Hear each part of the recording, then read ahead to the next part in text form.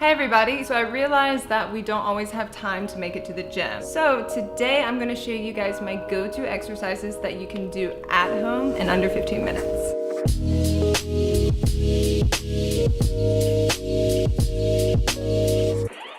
For those of you who don't know, I have scoliosis, so I tend to focus on low impact exercises that build muscle over time. Which reminds me of my pre-workout beverage. It's called L-arginine. I don't know if I'm saying that right, but this helps increase blood flow and oxygen, which helps build muscle, and it's good for erectile dysfunction. Cheers! So, here we are in my living room, and I'm going to start off with leg curls. So for that, you'll need one big exercise ball. So for this exercise, we're going to focus on the hamstring, but it's actually a full body workout because you're basically holding a bridge position while curling your leg. The idea is to keep one leg straight while the other one curls in.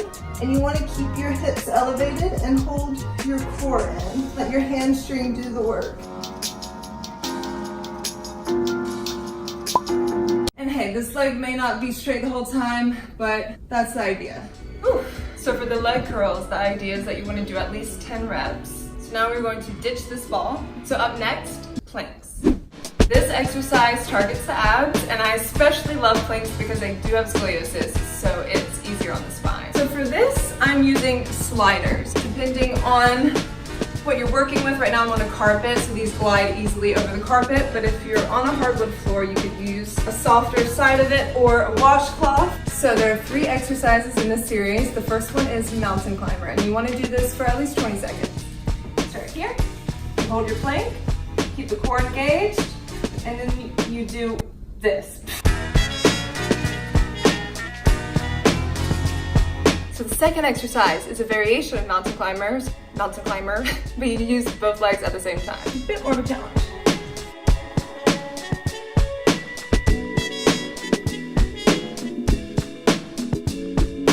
At this point, the heart rate's up, I'm feeling warmed up. Last up in the plank series, windshield wipers.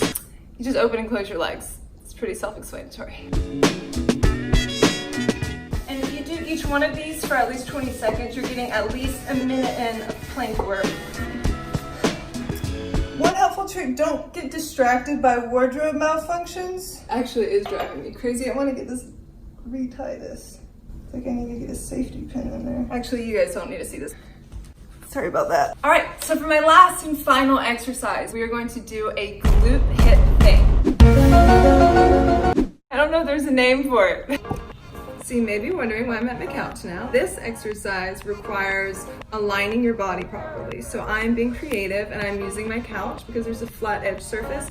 So you could also do this at home against your wall. Align your back so it's straight against the surface.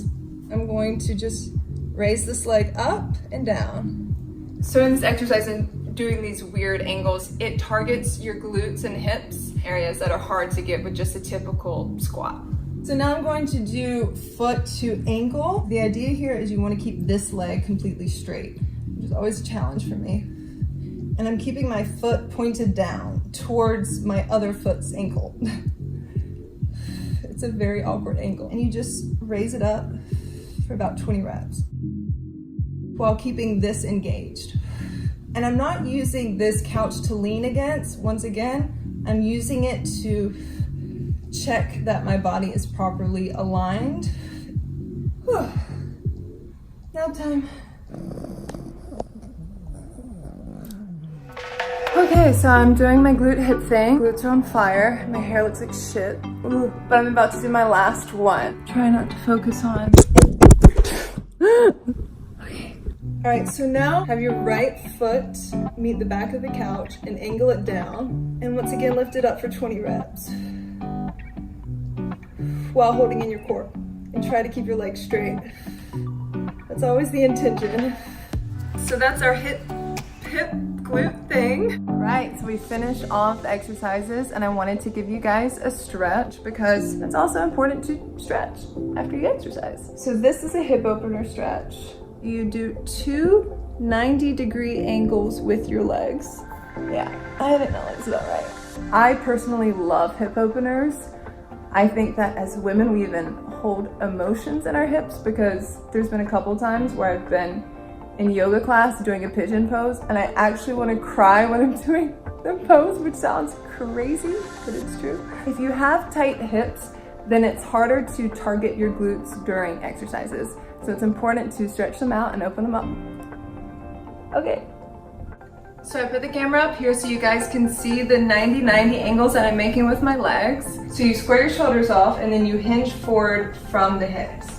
And the more you breathe into it, the deeper your body allows yourself to fold over your left leg. And you'll slowly start to feel that left hip release. And you want to hang out here for at least a good 8 breaths to really make the stretch count. And sometimes your legs kind of flail out to different directions, but make sure you try to keep them in that direct 90-degree angle. That's the objective here. And then what you'll want to do is the other side. So you just directly pop on over and hinge forward and do the exact same stretch on the other side. All right, so we did it. I'm already feeling so much better. Cheers! So this was my first workout video. Let me know what you guys think. Comment below. I'm totally down to do more. I actually have to go to a meeting right now, but I already feel so much better to start my day. I gotta wrap this up, but thanks for watching and I'll see you guys soon.